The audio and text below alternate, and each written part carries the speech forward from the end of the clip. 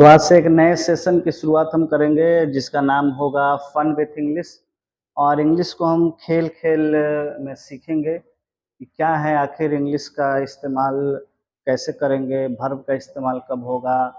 Main बात English में मुख्य जो बात होती है वो सेंटेंस ही होता है, क्योंकि कोई भी बनाइए वो सेंटेंस रहेगा।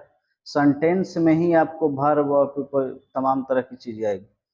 तो इसीलिए सबसे जो महत्वपूर्ण टॉपिक वो है सब्जेक्ट वर्ब एग्रीमेंट। सब्जेक्ट और वर्ब का गठजोड़, सब्जेक्ट और वर्ब का गठजोड़ जब तक सही नहीं बैठेगा, जब तक हम इंग्लिश का इस्तेमाल नहीं कर सकते हैं या कोई भी सेंटेंस नहीं बना सकते हैं। तो इसी कड़ी में सबसे जो शुरुआती, जब से हम एकदम बिल्कुल शुरुआत से शुरू करेंगे हम और जानेंगे कि सब्जेक्ट और वर्ब में क्या संबंध है और सब्जेक्ट और वर्ब का इस्तेमाल कैसे करेंगे हम।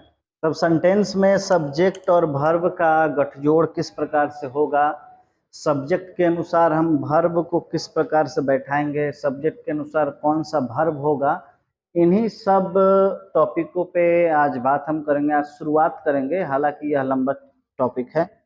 तो सबसे पहले हम यह आपको बताते हैं, सबसे पहले तो नंबर और पर्सन के अनुसार जब भी सब्जेक्ट और वर्ब की गठजोड़ की बात होती है तो सबसे पहले जो आता है वह है नंबर और पर्सन। नंबर और पर्सन के अनुसार ही वर्ब का प्रयोग हम सेंटेंस में करते हैं।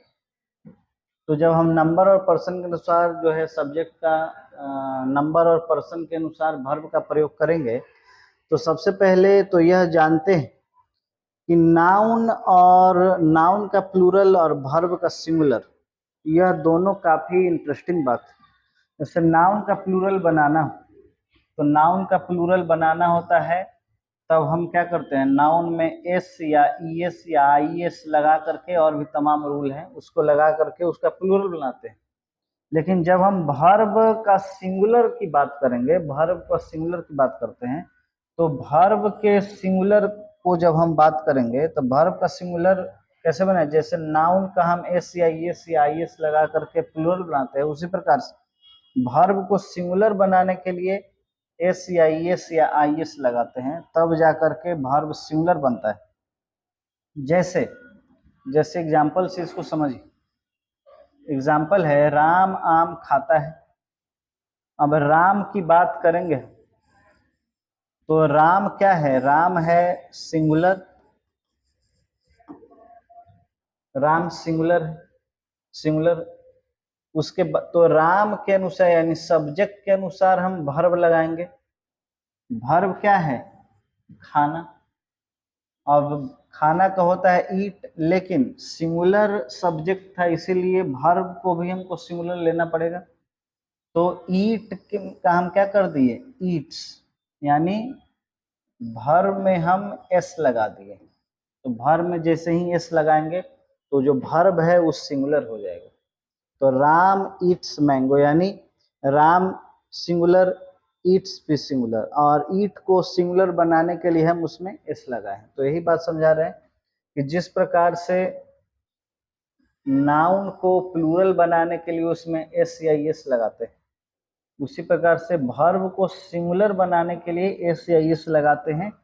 लेकिन यह सिर्फ और सिर्फ किसके लिए लागू होगा, तो यह लागू होगा सिर्फ और सिर्फ सिंपल प्रेजेंट के लिए। सिंपल प्रेजेंट टेंस में ही इसका हम इस्तेमाल करेंगे। जब हम हेल्पिंग वर्ब का इस्तेमाल नहीं कर रहे होते, जब हम हेल्पिंग वर्ब का इस्तेमाल सेंटेंस में नहीं होता है, तब जाकर के हम मेन वर्ब को ही सिंगुलर या प्लूरल बनाते हैं। जैसे दूसरा एग्जांपल सुनिए। दूसरा एग्जांपल है जैसे वे लोग आम खाते हैं। अब वे लोग जो है वो प्लूरल है, वे लोग प्लूरल है, और वे लोग प्लूरल है तो वर्ब भी क्या होगा, प्लूरल होगा। तो वर्ब प्लूरल होगा तो यहाँ हम ईट लगाए हैं। यहाँ लगा है ईट्स, यानी ईट सिंगुलर हो गया और ईट हो गया प्लूरल। तो प्लूरल नाउन के साथ प्लूरल वर्ब। अब यहाँ देखिए सिंगुलर था तो इसके साथ सिंगुलर वर्ब, सिंगुलर वर्ब बनाने के लिए हम एस या एस लगाते हैं। और एग्जाम्पल समझते हैं, जैसे यह गाय घास खाती है, तो दिस काउ ईट्स ग्रास, यानी यह गाय, यानी एक गाय की ओर इंगित किया जा रहा है, एक गाय की बात हो रहा है। तो एक गाय की बात हो रहा है यानी सिंगुलर की बात हो रहा है, तो सिंगुलर सब्जेक्ट सिंगुलर वर्ब, और सिंगुलर वर्ब बनाने के लिए हमने क्या किया, सिंगुलर वर्ब बनाने के लिए हमने उसमें एस लगा दिया। और एग्जांपल देखिए, ये गाय घास खाती है, यानी गाय हो गया यानी प्लूरल हो गया, तो दीज, अब देखो ई प्लूरल सब्जेक्ट प्लूरल, तो वर्ब भी क्या हो गया प्लूरल। तो यह बात समझ गए होंगे आप कि सिंपल प्रेजेंट टेंस में जब भी हम हेल्पिंग वर्ब का प्रयोग नहीं कर रहे हैं, तब जाकर के मेन वर्ब को ही हमें सिंगुलर या प्लूरल बनाना हो। जब हम हेल्पिंग वर्ब का इस्तेमाल नहीं कर रहे होते हैं, तब हमको मेन वर्ब को ही सिंगुलर या प्लूरल बनाना होता है। तो उसके लिए हम क्या करते हैं, उसके लिए हम वर्ब में एस या आई एस लगाते हैं। इसका इस्तेमाल सिर्फ हम कब करेंगे, जब मेन वर्ब का इस्तेमाल नहीं हो रहा होता है, यानी सिंपल प्रेजेंट टेंस में जब हम इस्तेमाल करेंगे तब। अब आगे देखते हैं, आगे और कुछ आपका जो कंफ्यूजन है दूर करेंगे। जैसे हम कह रहे हैं, जैसे हम कह दिए, क्या गाय घास खाती है, तो क्या गाय घास खाती है का क्या हो जाएगा, डज काउ ईट ग्रास।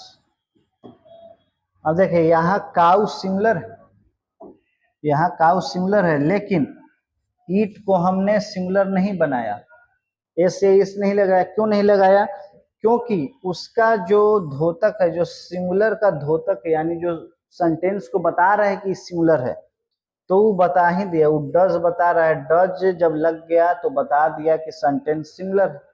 तो इसीलिए हम मेन वर्ब को सिंगुलर नहीं बनाए। लेकिन जिस सेंटेंस में यह नहीं पता चले कि वह एक्चुअल में सिंगुलर है या प्लूरल है, तो मेन वर्ब को ही हम सिंगुलर बनाते हैं।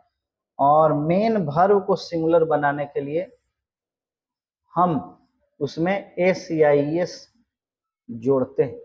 मेन वर्ब को सिंगुलर बनाने के लिए हम एस या एस जोड़ते हैं, जैसे नाउन को प्लूरल बनाने के लिए एस या एस जोड़ते हैं।